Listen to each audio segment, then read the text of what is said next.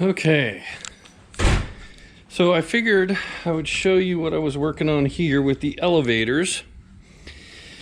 So the instructions say to see if you can see this. Machine countersink the trailing edge piece. It is the E1423. This is the trim piece, and then this is the right wing, and then the other one is the left wing. But it says to machine countersink them so it fits into the dimples that you have on the edge of the skin. So those dimples have to fit inside there. So it also has this little diagram right here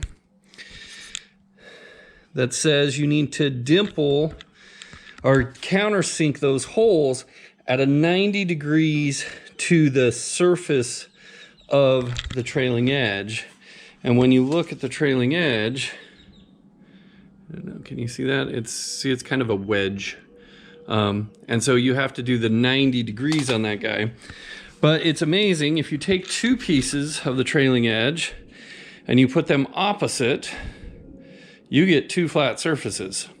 So what I'm doing to get that machine countersunk is I'm just putting both trailing edges together the opposite way, basically creating a square, or a rectangle, I guess is more appropriate, creating a rectangle so that this surface, when I put it on my drill press, will be perfectly flat. And so, as you can see on my drill press, when I put this guy on there, those guys, I don't know if you can see, but that is a flat piece now, so it's 90 degrees to the drill itself. And then you also have to make sure that you're offset, so the holes, because if you try to line that hole up to where it's there, your drill won't go all the way through. So you have to put them kind of in these little openings so it fits, so the edge of or the tip of your countersink bit actually goes through. And that's how I countersink those. So I will do that here real quick.